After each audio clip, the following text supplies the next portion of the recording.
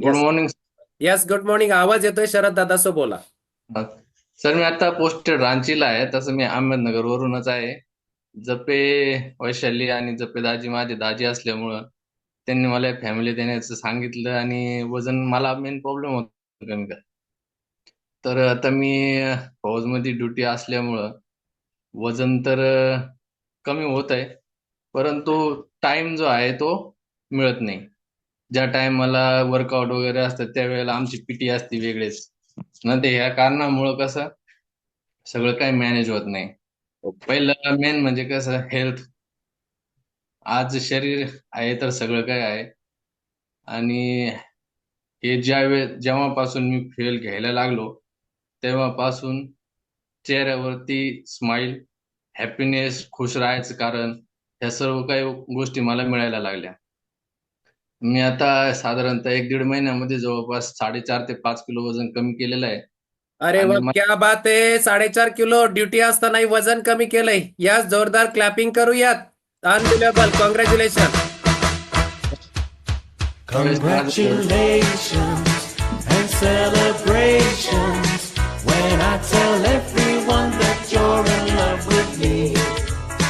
Congratulations. Yes, congratulation Sharad दादा, congratulation. आणि हे वजन कमी झाल्यामुळे 4 किलोचं तुम्हाला काय वेगळं असं फिलिंग होतं जेणेकरून तुम्ही एवढे हॅप्पी आहात?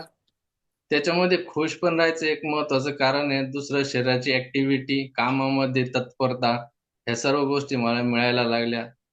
अं, हर प्रत्येक महिन्यामध्ये आमची रनिंगची टेस्ट वगैरे होते. त्याच्यामध्ये माझी रनिंगचा जो स्टॅमिना आहे तो वाढला, कारण वजन कमी असल्यामुळे रनिंग फास्ट होऊ शकते. यस. दुसरा दुसरा रनिंगचा स्पीड वाढलाय. क्या बात आहे. जोरदार क्लॅपिंग करा. यस, स्टॅमिना वाढलाय कामामध्ये, त्या ठिकाणी जे दिवसभर खूप बेटर फील होतंय. यस, अजून? दुसरं चहा. मी दिवसभरामध्ये 10 कप चहा पित होतो. 10 कप चहा पित होतात. ओके. सो आता? आता 1.5 ते 2 महिन्यामध्ये मी चहा पूर्णपणे बंद करून टाकला. अरे वा, क्या बात आहे. हा 10 कप तुमच्या ऑफिसलाच पिला जायचा?